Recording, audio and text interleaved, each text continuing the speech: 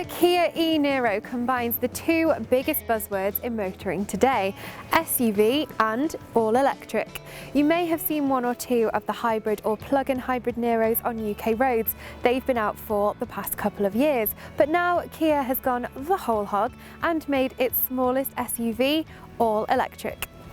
The Kia e-Niro is a 5-door small SUV. It will compete with the likes of the Hyundai Kona electric, Hyundai Ioniq electric, Nissan Leaf and the smaller Renault Zoe.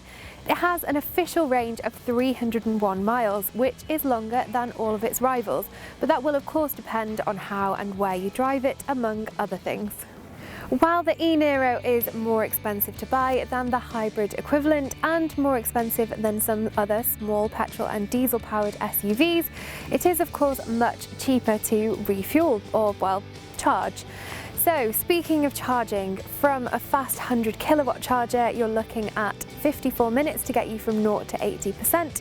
From a 7.2 kilowatt home charger you're looking at just shy of 10 hours, and from a normal 3-pin plug, 29 hours. If you've been in a relatively new Kia recently, you will recognise this well put together interior. Some soft touch plastics in all the important places and harder grainier bits further down the cabin. There's plenty of seat and steering wheel adjustments, so you'll be able to find a comfortable driving position. Things that mark the e-Niro out as an EV include this rotator dial drive selector.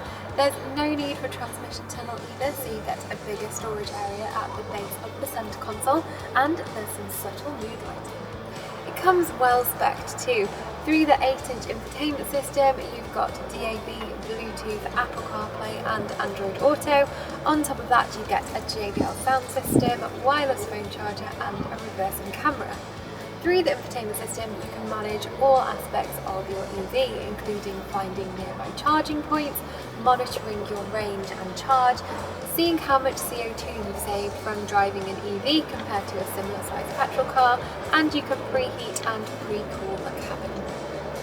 Boot space is a reasonable 451 litres. The space is really easy to use with virtually no load lip, and there's a dedicated space to store all your charging bits. You can check your driving and battery charge information on the 7-inch screen in front of you. So it basically gives you a mark on how much of your driving is economical and how much is dynamic. Being an electric car, the acceleration is smooth and immediate, and you can nip in between cars quite happily. We've been around Seoul today and that has very much been needed. The e-Niro is geared more towards comfort rather than dynamic handling, but it does still have a sport mode if you're so inclined. The suspension is perhaps a little firmer than you might expect it to be, although not uncomfortably so. It does feel a little unsettled on less than perfect roads. You can change the amount of regenerative braking in the e-Niro using these flappy paddles behind the steering wheel. At its highest setting, you can basically drive the car with one pedal, so overall it is a really easy and quite relaxing car to drive. Kia stepped onto the UK EV market with the boxy and slightly dividing Soul EV, but this e-Niro feels like a really big step on in the world of electric motoring for the Korean brand.